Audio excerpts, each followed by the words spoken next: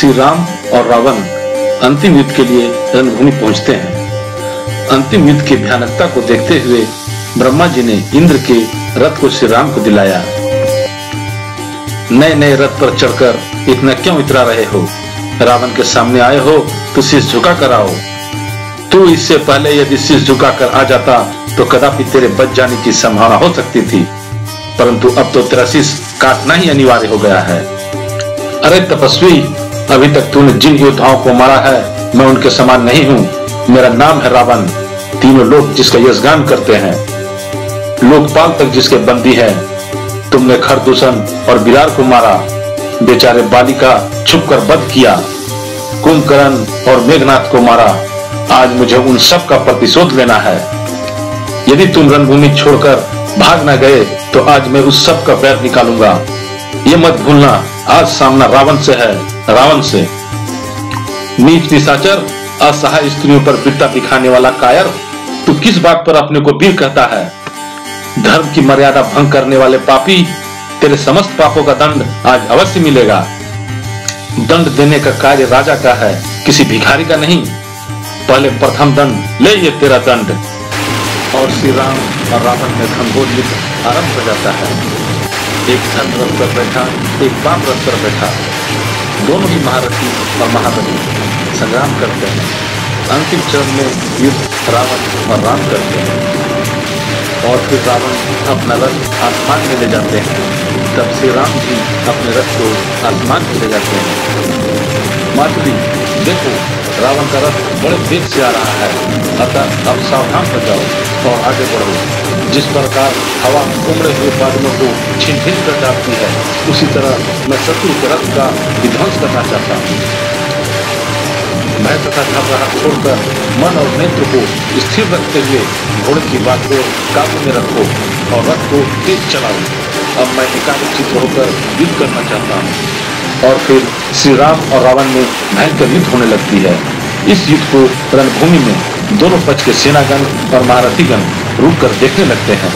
ये युद्ध सिर्फ धरती में ही नहीं वरन आकाश में सारे देवतागण, ब्रह्मा, शिव, इंद्र आदि सभी देखने लगते हैं। युद्ध इतना भयानक होता है कि ब्रह्मा शिव तक के सिंहासन डोलने लगते हैं। और फिर भगवान श्री राम एक बाण से रावण के रथ का ध्वजा को काट डालते हैं और फिर एक ऐसा बाण चलाते हैं कि रावण का सर धड़ से अलग हो जाता है, परंतु दूसरे ही पल रावण का सर उपहास भरे ठाकुर के साथ दीवार गिर जाता है। फिर श्री राम ऐसा बाण चलाते हैं कि रावण का सर धड़ से अलग हो जाता है, परंतु फिर दूसरे ही पल रावण का सर उपहास भरे ठाकुर के साथ दोबारा गिर जाता है। फिर श्री राम के बाण से रावण का सर धड़ से अलग हो जाता है, परंतु फिर दूसरे ही पल रावण का सर उपहास भरे ठाकुर के साथ दोबारा गिर जाता है। यह बार बार होता है। भगवान श्री राम रावण के सर को धड़ से अलग करते हैं, परंतु दूसरे ही पल भयानक ठाकुर के साथ पुनः धड़ से जुड़ जाता है। इसी बीच एक बाण रावण के सारथी को भी लग जाता है और वह मृत्यु को प्राप्त हो जाता है। लेकिन रावण का अंत न होता देख विभीषण श्री राम के पास जाते हैं। प्रभु, ब्रह्मा जी के वरदान से दशानन के नाभि में अमृत है। कुंडलाकृति से युक्त अमृत तत्व का मूल है वो। उसके प्रभाव से एक शीश के कटते ही दूसरा शीश उत्पन्न हो जाता है। प्रभु, आप पहले अग्न्यास्त्र का प्रयोग करके नाभि विवर के मुंह का अमृत सुखा दीजिए, तभी उसका अंत हो सकेगा। विभीषण, जब तक तू जीवित रहेगा राक्षस जाति का विनाश होता रहेगा। और तो रावण विभीषण पर तूफान चला देते हैं, परंतु विभीषण तुरंत वहां से हट जाते हैं और फिर श्री राम अग्न्यास्त्र का संधान करते हैं और रावण पर चला देते हैं। फिर अग्न्यास्त्र रावण के नाभि में जाकर लग जाता है और रावण गिड़गिड़ाने लगता है। प्रभु, इस राक्षस का वध करने के लिए ब्रह्मास्त्र का प्रयोग करिए। देवताओं को इसके विनाश का समय बताया है, अब वह समय आ पहुंचा है प्रभु। और फिर श्री राम ब्रह्मास्त्र का संधान करते हैं और रावण पर ब्रह्मास्त्र चला देते हैं।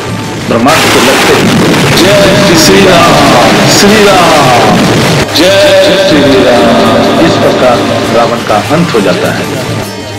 भैया सुनिए, तीनों लोग आपकी जय जयकार कर रहा है। रावण पर राम की विजय हुई। लक्ष्मण, ये विजय केवल राम की नहीं तुम सबकी है। तुम, महाराज विभीषण, महाराज सुग्रीव, वीर हनुमान, अंगद, जामवंत, नल नील और ये सारी वानर सेना, इन सब की सहायता से राम ये युद्ध जीत सका। ये जीत तुम सबकी है। प्रभु, अपने सेवकों की बड़ाई करना आपकी महानता है, अन्यथा तीनों लोकों में कोई ऐसा योद्धा नहीं जो युद्ध में आपके सामने ठहर सके। रावण देवताओं से भी प्राप्त नहीं हो सकता था। आज आपने वो सिद्ध कर दिया जो सब कहते हैं। आप कोई साधारण मानव नहीं। प्रभु, आपको सत सत प्रणाम। धन्य है आप। दशानन, दशानन, मेरे बच्चे, ये क्या हो गया? हे अयोध्यानाथ, सर्वज्ञ सर्वेश्वर, रावण, कुंभकर्ण, विभीषण के अभागे नाना माल्यवान का सादर प्रणाम स्वीकार करें। प्रति नमस्कार मान्यवर, आपके दर्शन से मैं कृतकृत हो गया। आपके विवेक और महाज्ञान की चर्चा प्राय मैं विभीषण से सुनता था, आज सौभाग्य से साक्षात्कार हो गया। हे दिव्यात्मन, मेरे परम प्रतापी नाती दशानन, इसके एको अहम द्वितीयो नास्ति, न भूतो न भविष्यति के गर्जन से दसों दिशाएं कंपमान होती थीं। उसने अपने ठेक रखने के लिए रणभूमि में अपने प्राण अर्पण कर दिए। रावण अब केवल इतिहास के पन्नों में रह गया है, वर्तमान आपका है। आज आप लंका के विजेता हैं। हे लंका विजयी रघुकुल तिलक, लंका के राज परिवार का एकमात्र जीवित प्राणी, मैं लंकापति रावण का नाना माल्यवान आपको विजेता स्वीकार करके आत्मसमर्पण करने आया हूँ। मैं लंका को आपके अधीन करके लंका राज्य आपके सिर चरणों में समर्पण करता हूँ। अब लंका का शासन, लंका की सारी संपत्ति और राजकोष पर आपका अधिकार है। जिन्होंने आपसे वैर किया वे रण में मारे गए। अब मेरी इतनी ही प्रार्थना है कि लंका की निर्दोष प्रजा पर आप क्रोध ना करें। लंका के बचे हुए नर नारी आपके दया के पात्र हैं। आज से लंका और लंका निवासी अयोध्या के पराधीन रहेंगे। माल्यवान जी, ये धरती आपकी है और आपकी ही रहेगी। किसी की धरती पर बलपूर्वक अधिकार करने का न हमारा धर्म है न हमारी नीति है। हम तो पापियों को दंड देने के लिए ही ये धनुष धारण करते हैं।